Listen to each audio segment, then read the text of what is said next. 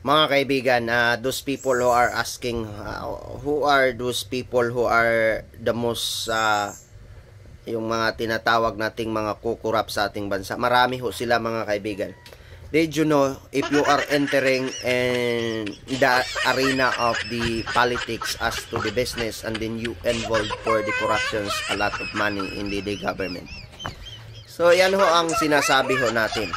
Wala pong essence of work, wala pong essence of the benefits of the country and the people and the law of that in the word of the politics, because politics, the key elements of that mga kaibigan is the corruptions.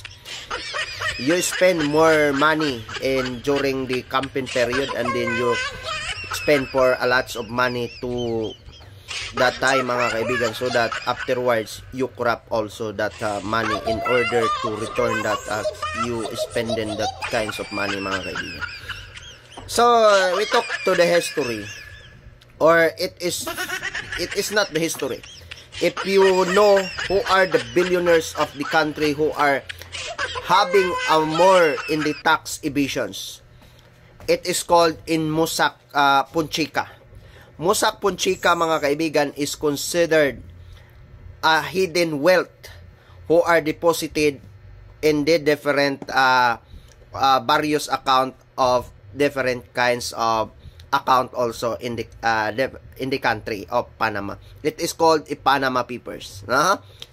If you want to know this, Mossack Fonseca mga kaibigan is considered as a what do you call is this? Law firm in the Panama who are that kinds of yung nagtatago ng mga malalaking try to research in Google, magre-resulta dyan. Ang dami po dyan mga kaibigan.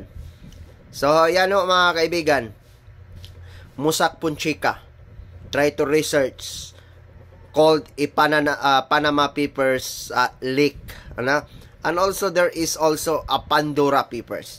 If you know that mga kaibigan, try to research in order to you, or in order for you to have a concrete idea. Who are that people? Who are that billionaire of this country who are tax, yung mga tax evasion nilang ginagawa po sa ating bansa.